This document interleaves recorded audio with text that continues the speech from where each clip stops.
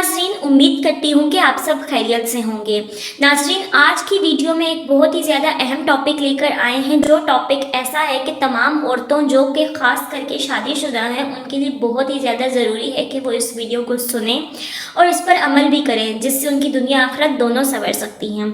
तो वीडियो आप लोगों के लिए बहुत इन्फॉर्मेटिव होने वाली है, क्योंकि इस वीडियो में मैं आपको शौहर के एक ऐसे अजीम हक जिसको हक ही नहीं समझा जाता उसके बारे में बताऊंगी कि वो हक क्या है और उसको किस तरह से पूरा करना है, और अगर उसको पूरा नहीं किया तो इसकी हमें क्या गुनाह मिल सकता है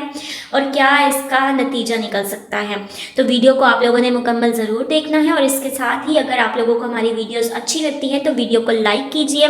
सवाब की नियत से दूसरों के साथ शेयर कीजिए और अपनी राय का इज़हार कमेंट्स में ज़रूर कीजिएगा। वीडियो में मज़ीद आगे बढ़ने से पहले आप लोगों से एक छोटी सी दरख्वास्त करूंगी कि अगर आप हमारे चैनल पर नए हैं और अभी तक आपने हमारे चैनल को सब्सक्राइब नहीं किया है तो चैनल को सब्सक्राइब कर लीजिए और बेल आइकन को क्लिक कर दीजिए, ताकि आपको मज़ीद ऐसी वीडियोस का नोटिफिकेशन मिलता रहे और आप ऐसी वीडियोस को बर वक्त देख सकें। जी तो नाज़रीन, इस बारे में मज़ीद बताने से पहले मैं आपको एक हजूर सल्लल्लाहु अलैहि वसल्लम की हदीस के बारे में बताना चाहूँगी कि हज़रत जाबर रज़ी अल्लाह ताला अन्हु फरमाते हैं कि हजूर सल्लल्लाहु अलैहि वसल्लम ने फरमाया,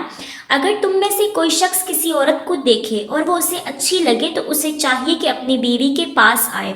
क्योंकि उसके पास भी वही है जो दूसरी के पास है। इस हदीस से ये जाहिर होता है कि तमाम शौहर हजरात को ये हुक्म दिया गया है कि अगर किसी और औरत को देखकर उनमें कोई ख्वाहिशात पैदा होती भी हैं तो जो नेक और दीनदार शौहर हैं वो उनको चाहिए कि वो फ़ौरन अपनी बीवी के पास आएँ और हलाल तरीके से ही अपनी ख्वाहिश को पूरा करें, क्योंकि दूसरी औरत के पास भी वही कुछ है जो उनकी बीवी के पास है। अब मैं आपको बताती हूँ कि शौहर का ये अजीम हक जिसको हक ही नहीं समझा जाता, इसमें बीवी का क्या किरदार है। तो लिहाजा शौहर के साथ जब ऐसी सूरत पेश आए तो उसमें नेक, दीनदार और समझदार बीवी की ये जिम्मेदारी है कि शौहर जिस वक्त भी अपनी ख्वाहिश पूरी करने के लिए उसको बुलाए और बीवी से इसका तकाजा करे, ख्वाह हुक्मन या इशारतन, तो बीवी को फ़ौरन बात मान लेनी चाहिए जबकि कोई शरई उज़र माने ना हो। और शौहर का ये अमल और बीवी का इसमें साथ देना दिल के वसवसों का अजाला कर देगा, और इस मरहले पर बीवी की तरफ से ज़रा सी भी गफलत और कोताही शौहर के लिए बहुत ही ज़्यादा दीनी, दुनियावी, जिस्मानी,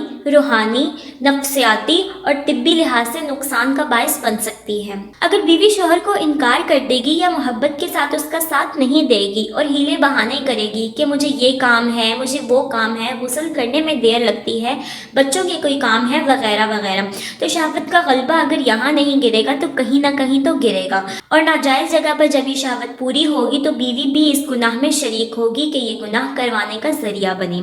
अगर ये शौहर की बात का इनकार ना करती तो शौहर गलत काम की तरफ मुतवज्जे ना होता। तो मैं तमाम तर ख़वातीन से ये कहना चाहूँगी कि इस्लाम ने हमें ज़िंदगी के हर मामले में बेहतर रहनुमाई फरमाई है, तो हमें चाहिए कि अगर हम नेक और दीनदार बीवियाँ बनना चाहते हैं और इस्लाम के मुताबिक ज़िंदगी गुजारना चाहते हैं जो कि हमारे लिए बेहतरीन है, तो हम इन तमाम बातों पर अमल करें और कभी भी अपने शौहर की ख्वाहिश का इनकार ना करें और उसकी बात मानें। इसी में ही भलाई है,